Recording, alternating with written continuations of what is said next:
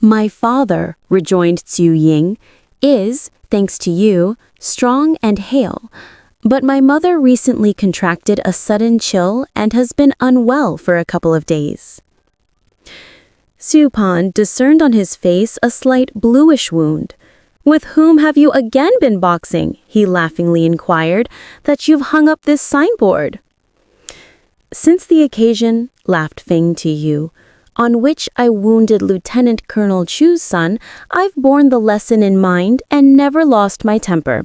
So how is it you say that I've again been boxing? This thing on my face was caused when I was out shooting the other day on the Tiewang Hills by a flap from the wing of the falcon. When was that? Asked Bao Yu. I started, explained Tu Ying, on the 28th of the third moon and came back only the day before yesterday. It isn't to be wondered at then, observed Bao Yu, that when I went the other day on the 3rd and 4th to a banquet at friend Shen's house, I didn't see you there. Yet I meant to have inquired about you, but I don't know how it slipped from my memory. Did you go alone, or did your venerable father accompany you? Of course my father went, so I had no help but to go. For is it likely, forsooth, that I've gone mad from lack of anything to do? Don't we derive enough pleasure from our wine bouts and plays that I should go in quest of such kind of fatiguing recreation? But in this instance, a great piece of fortune turned up in evil fortune. Supan and his companions noticed that he had finished his tea. Come along, they all in one proposed, and join the banquet. You can then quietly recount to us all your experiences. At this suggestion, Feng Tiyu there and then rose to his feet. According to etiquette, he said, I should join you in drinking a few cups, but today I still have a very urgent matter to see my father about on my return, so that I truly cannot accept your invitation. Zupan, Pao Yu, and the other young fellows would on no account listen to his excuses. They pulled him vigorously about and would not let him go. This is indeed strange, laughed Feng Tiyu.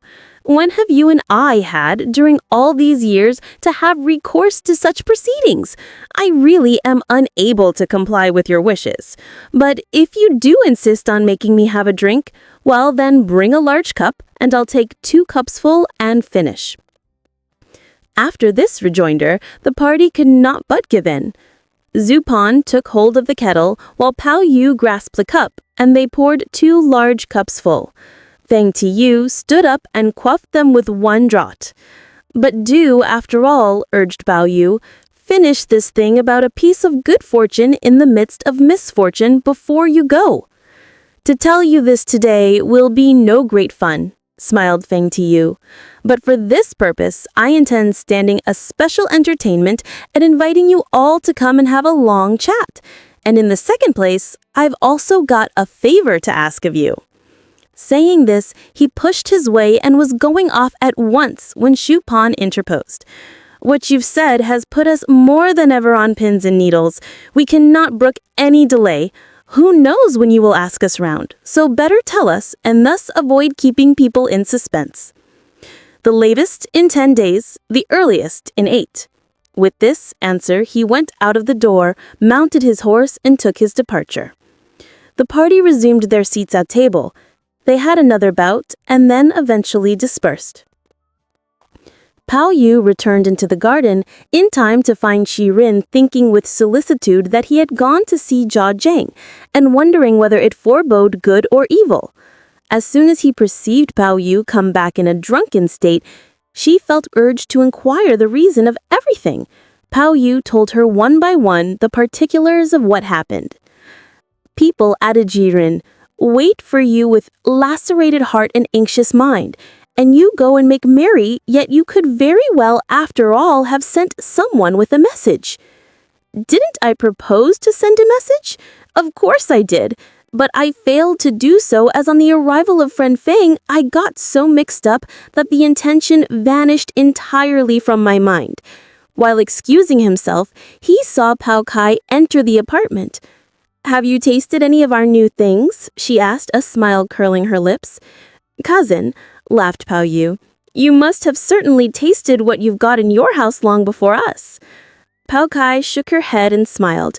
"Yesterday," she said, "my brother did actually make it a point to ask me to have some, but I had none. I told him to keep them and send them to others. So confident I am that with my mean lot and scanty blessings, I little deserve to touch such dainties." As she spoke, a servant girl poured her a cup of tea and brought it to her. While she sipped it, she carried on a conversation on irrelevant matters, which we need not notice, but turn our attention to Lin Taiyu.